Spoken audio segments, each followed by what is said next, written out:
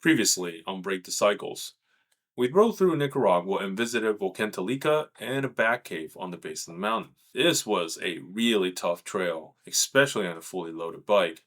Not to mention, we ended up riding in pitch black darkness up a trail. We, however, did survive and ended up meeting up with Wynnum and made our way south towards the Costa Rica border. We were only in Nicaragua for a few days, but it was a very memorable riding experience. We woke up at the hostel by the lake and got ready to cross over to Costa Rica. Now, this was a super funky border crossing. When we got there was truck lined up like miles long. You couldn't even see where you're supposed to go do the paperwork. I mean, it was so far away from the actual border where the backup is. So we decided like we're not going to sit here behind all these trucks because we're a bunch of hooligans on bikes. So then we of course just cut across. And then when we got close to the front where it was, like a bunch of people were like standing there. I wouldn't say a bunch. It was like maybe three people were just standing there. And then they told us to come over. There was no building, there was nothing. And then they started checking our paperwork. It was kind of odd. And eventually we got our paperwork done. And this was actually one of the better border crossings because we got there around noon and we were surely on our way. I mean, it was very organized. Ian and Wynnum decided that they're going to go to Jacob's place in Costa Rica. So Jacob is this guy that they met online, and he was recently married to a Costa Rican girl who he met also motorcycling down to Central America. And he decided to move to Costa Rica, and they just happened to be very active on the motorcycle forum, and the guys connected with them, and he invited all of us to stay with him. But I had to go my own way because I had to go get my yellow fever vaccination before entering Colombia. Because I was told that if you don't get your yellow fever vaccination, you might not be allowed to enter. So I was like, man, I have to go do that, right? Don't believe everything you read on the internet. So I didn't want to do it in Panama last minute. So I did it. I want to do it in Costa Rica since we're only, one country away from getting on the sailboat. So I made my way to San Jose to find a clinic after the border crossing. I knew I needed one extra day to get there because I wasn't going to make it to San Jose today without riding in the dark. Now, even if I did ride in the dark, I didn't really want to be in the city staying overnight because I was going to overpay for a hostel in the middle of the city. So I ended up in a town just outside of the city. Before it got dark, I took a place and called it a night. The next day, I left pretty early from the hostel and headed towards San Jose. I found a clinic that had a walk-in service for vaccination, and I paid $100 and got my vaccination. I would later find out that if you don't have your vaccination, they would have just gave it to you for free upon entry. So I ended up wasting $100. Epic fail. Anyways, after the clinic, I rode towards Jacob's place to meet up with the guys. The ride was super foggy. It rained the entire time. And because I had to go through a mountain pass, not only was it rainy, foggy, it was steep, and the road wasn't great. It sucked. It was a very sketchy ride, but, I made it over the mountain. We spent a few days with Jacob resting as well as getting some repairs done on my bike. My pannier frame was cracked and needed welding. Ian went to the doctors about his knee because he has some knee issue, and Wynnum also re-welded something on his bike on the top box. After a few days break, we left Jacob's house and headed towards the Panama border. On the way, we stopped at the seaside to see the Caribbean Sea. This was our break stop, so we took our drones out, had a snack, got some water, and then we headed to the border crossing. Now, this border crossing might be the most ridiculous one yet. It's not ridiculous because we have to get the fumigation, where they have to fumigate, spray stuff on our bike to eliminate any bugs or invasive species coming into port, which is fine. That's okay. And then we had to wait for a long line because there was only one person doing the fumigation and all the vehicles going through has to get fumigated. That's not the issue. The issue is when we got there and it was our turn, The guy stood like 15 feet away from the bike, and then he just like randomly sprayed it near the vicinity of the bike. It was the most half-assed thing ever. He was just like, and then we didn't have to do that. I mean, that was so ridiculous. Anyways, after the fumigation, we had to go back in line, another long line to do the paperwork, and this took forever. So by the time we crossed the border, the sun's already starting to set, and we already knew we're going to be riding in the dark. I mean, there was no question about that.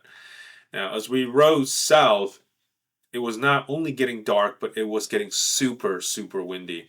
And as we came up on this like path, it was like such a beautiful sunset that we all stopped to take some photos.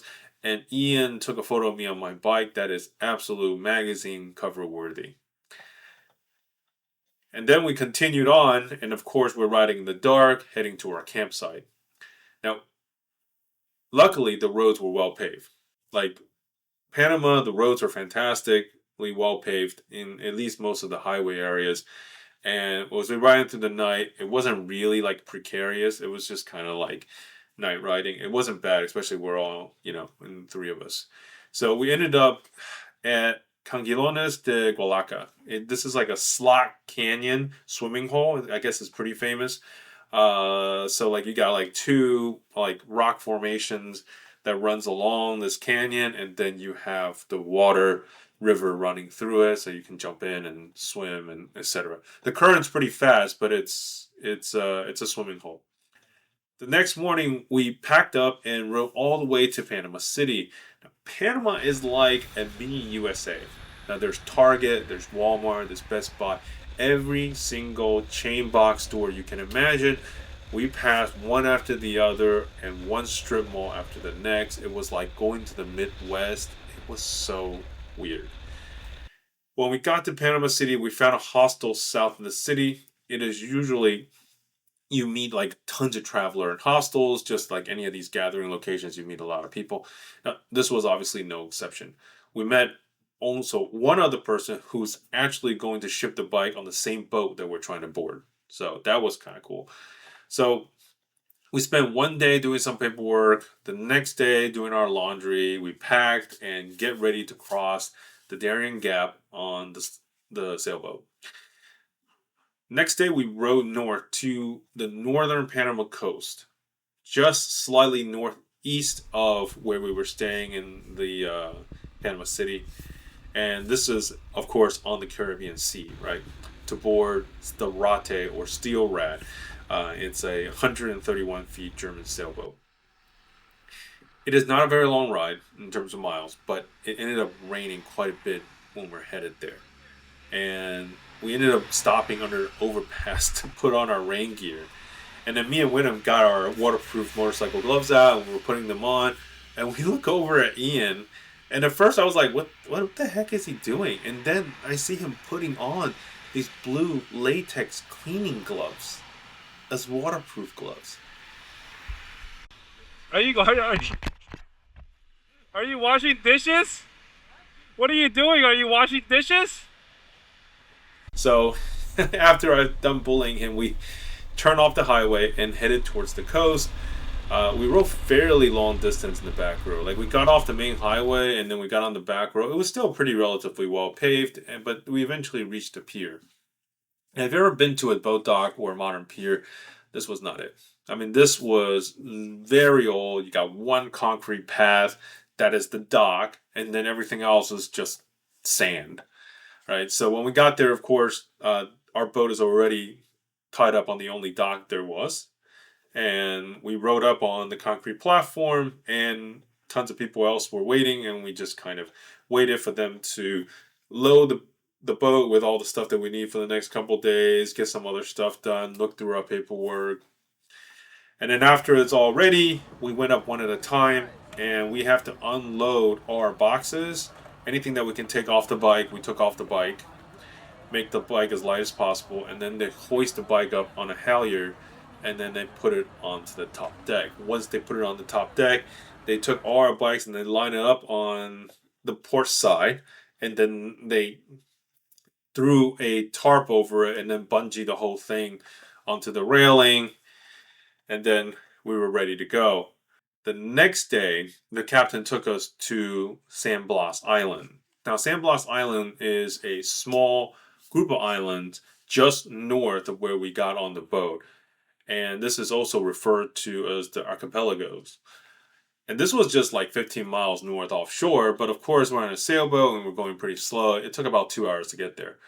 Now, as we got closer to the island, I saw how clear the water was. I mean, the shallowness of the water made the visibility incredible because the light from the sun hits the bottom of the seafloor and it reflects up, so you see everything clearly. You not only see every fish in the water was also super warm.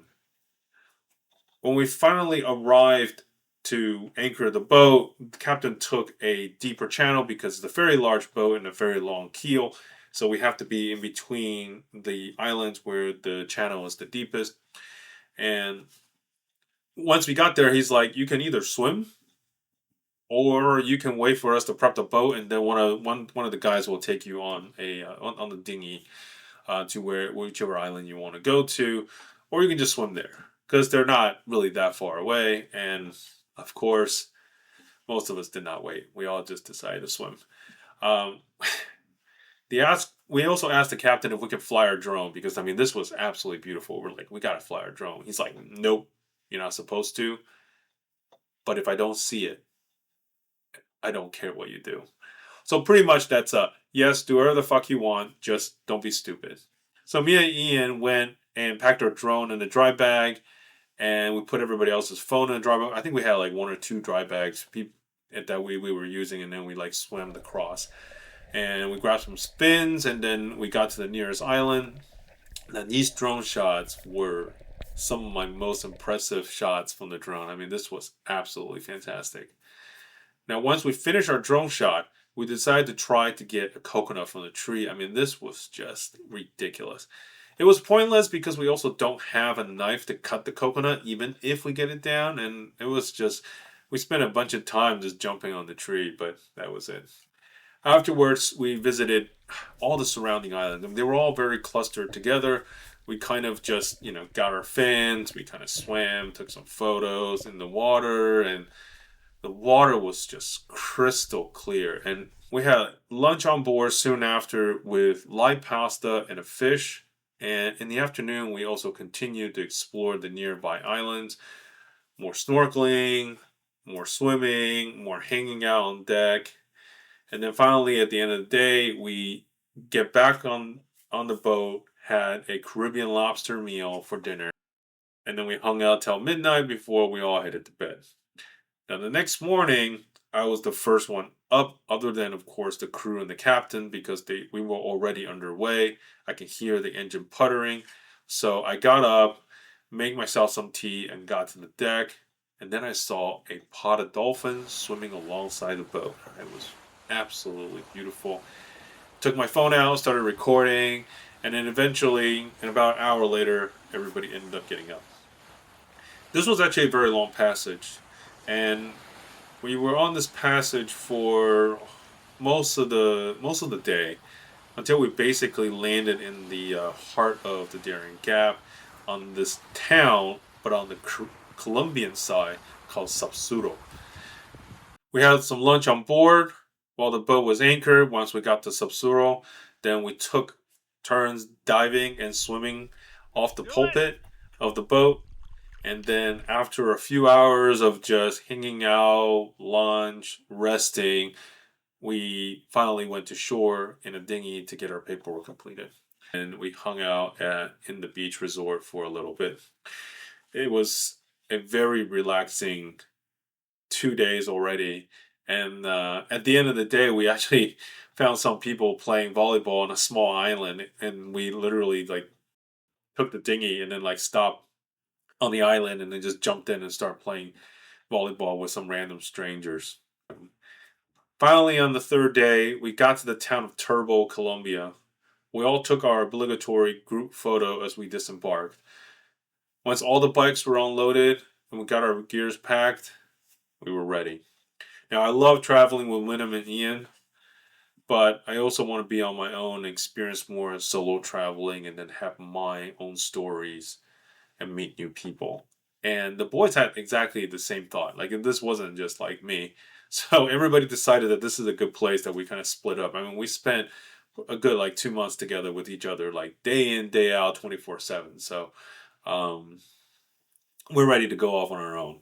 And I found a couch surfer in the town of Turbo and stayed with my host, Jaye. Next time, we traveled to Cartagena and northern Colombia.